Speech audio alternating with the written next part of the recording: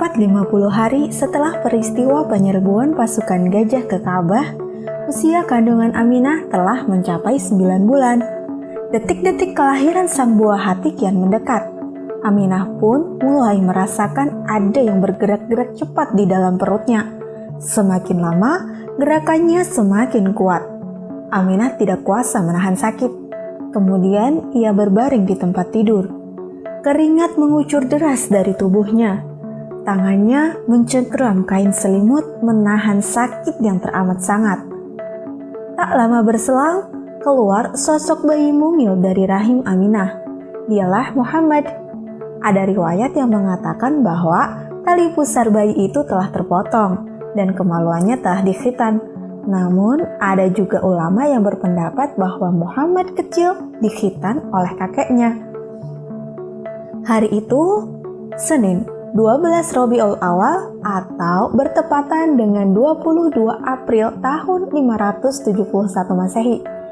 Menurut penelitian ulama terkemuka Muhammad Sulaiman Al-Mansur Futi, seorang anak yang akan mengubah peradaban dunia telah lahir. Aminah berjuang sendirian melahirkan Muhammad tanpa didampingi suami tercinta.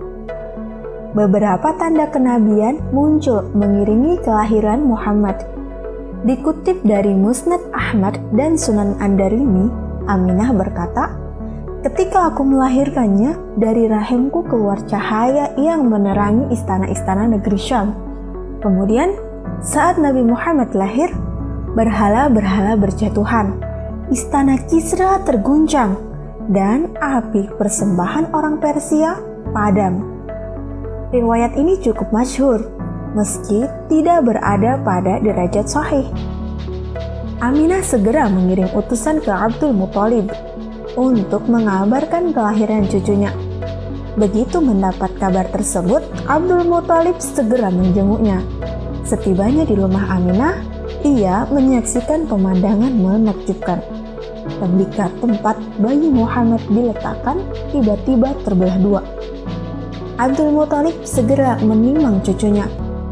Dia tahu kelak Muhammad akan menjadi manusia besar.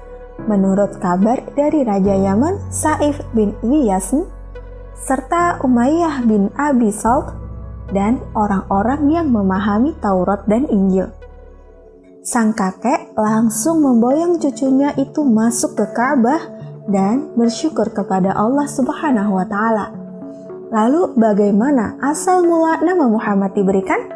Simak video ini sampai akhir ya. Jangan lupa untuk subscribe dan aktifkan tombol lonceng agar Anda tidak tertinggal informasi menarik dari kami.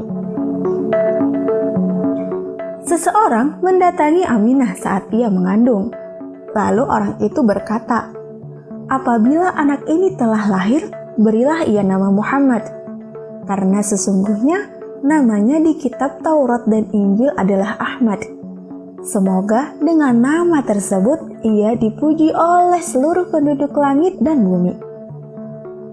Sedangkan namanya di dalam Al-Quran adalah Muhammad.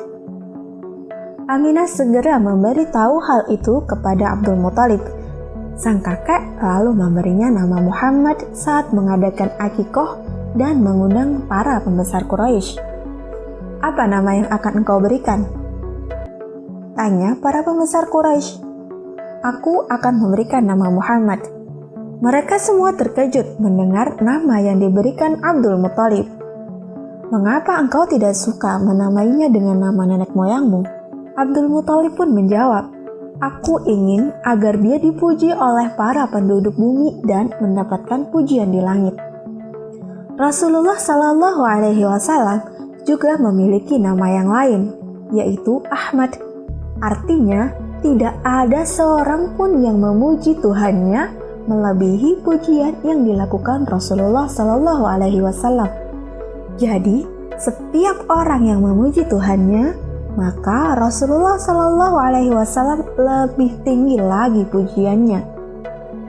Nama lengkap Rasulullah Shallallahu Alaihi Wasallam adalah Muhammad bin Abdullah bin Abdul Muthalib bin Hashim bin Abdul Manaf bin Qusay bin Kilab bin Murrah bin Ka'ab bin Lu'ay bin Ghalib bin Fihr, bin Malik, bin Nadar, bin Kinanah, bin Khuzaimah, bin Mudribah, bin Ilyas, bin Mudar, bin Nizah, bin Ma'ad, bin Adnan.